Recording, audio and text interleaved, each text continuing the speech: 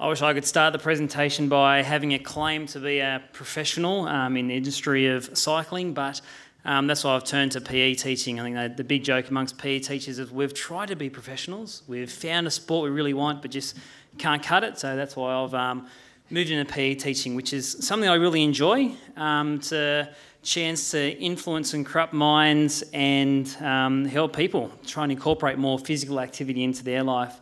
So I've got a few little slides and prezos. I hope the presentation actually works okay. I've got a bit of a fatter screen out the front here, which could be a little bit different. So we'll see. So I've as well tried to break up this talk. So we're looking both at young people. We've sort of broken up some different age groups. And when we're setting goals, I'm trying to be a bit mindful that we're not all here aiming to go to the Olympics. We're not all trying to be world champion riders here. So I'll try and be a little bit mindful about that. Let's see how we go. Okay, so this is the outline of our talk.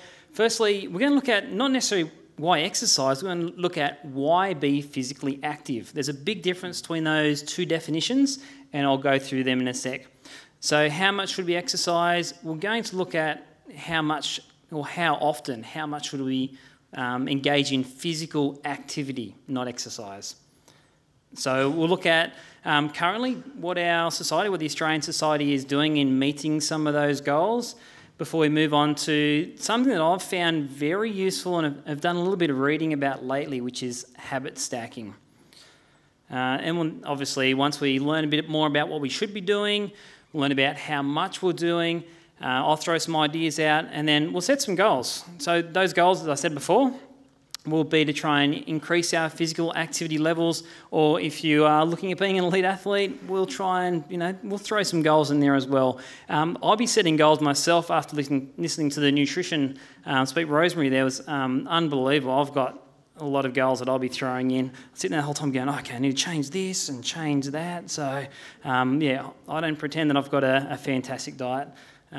My wife's left now. She's actually a dietitian herself. So she's really keen to come back for the question and answer. And I think there's a few questions that she's, I guess, the authority on nutrition in our house. And I'd like to sort of just double check to make sure she's on the right path with a few things that's been discussed here. I don't want to go to oats every morning, basically. Anyway, let's go through. So I'm looking at our benefits. I'll look at the benefits here. I think there's a little word here. It says, provides families with opportunities to have fun together.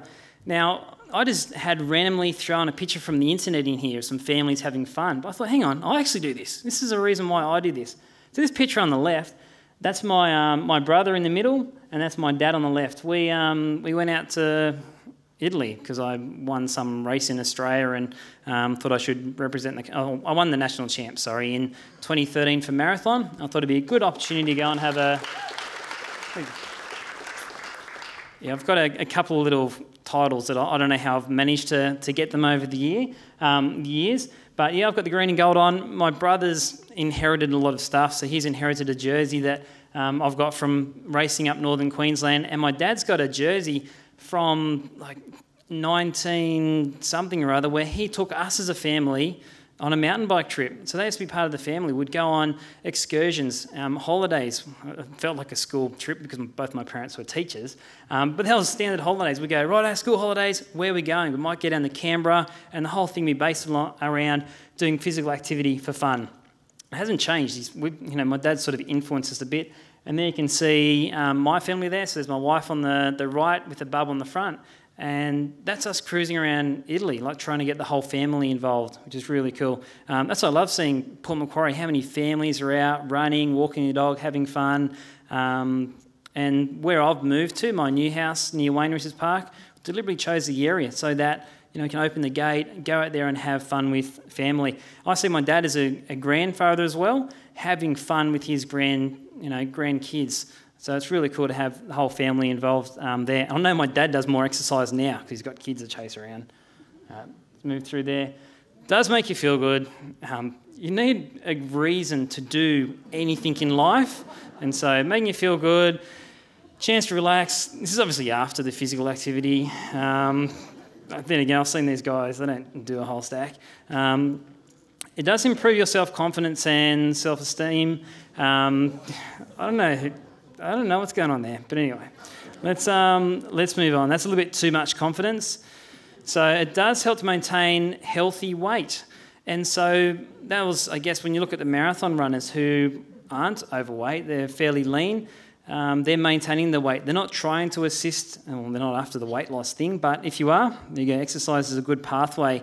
I've looked at the SPANS report recently that looks at physical activity and nutrition guidelines, and it seems like physical activity levels generally have maintained, have been fairly consistent over the last 10, 15 years, if not increased. However, the amount of junk food and the sports drinks and things that have come on have actually led to this sort of increase in weight gain. So anyway, let's keep moving through. We've already talked about this, the benefits of reducing and maintaining CVD, diabetes and some cancers in there. Other benefits are building strong bones and muscles. There's so many random pictures on the internet I could have used for all these slides. My wife actually had me remove quite a few, but anyway, I'm glad she probably went through this first. So another benefit is healthy growth and development, which we're looking at the growth charts.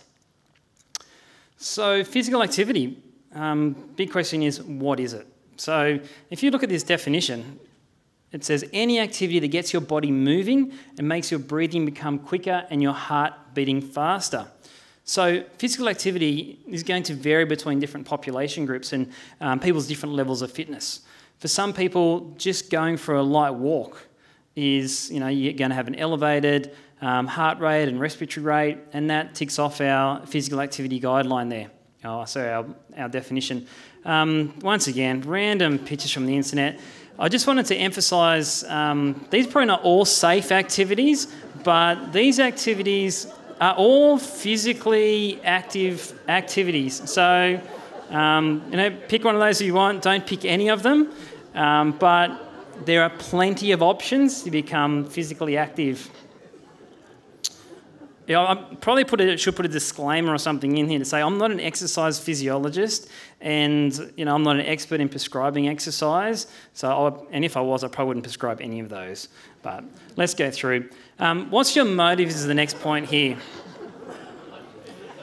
I can relate to this because I've been to this place over in Canmore, and the whole motive, you don't ride by yourself. That's basically rule number one when you're over there.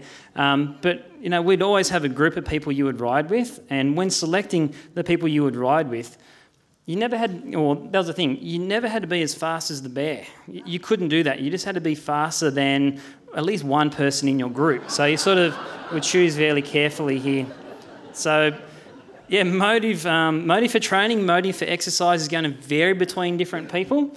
But let's have a look. So some people are going to look at these goals and goal suggestions that I'll put down and say, I'm after performance gains. I want to be able to walk up North Brother 10 seconds faster or 20 seconds faster, or just walk up there. So we're looking at performance gains. Some people be after, to increase their physical activity levels so they can complete a challenge. So the challenge might be to walk up North Brother. The challenge might be to walk the Overland Trail. And I'll show you a picture of the Overland Trail later on. I know my wife would set down challenges such as completing marathon distance in the mountain bike, so around that 100-kilometre distance. And we'll travel around, and she's now looking at doing the same thing to try and compete a challenge. For me, 100K is sort of something that I do before breakfast, rather than seeing it as a challenge. It really depends on what level of physical activity you're at right now.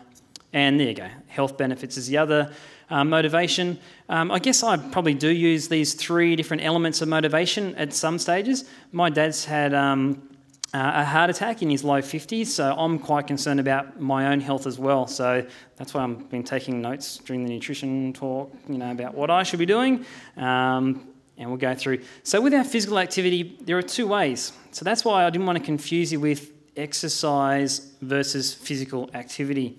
So with physical activity, there are two ways to get that. The first way is through our incidental activity. So incidental are things that you do by accident. You don't even realise that you're exercising. You guys walk from I'm hoping, or most people probably walked from their car all the way over to the auditorium here.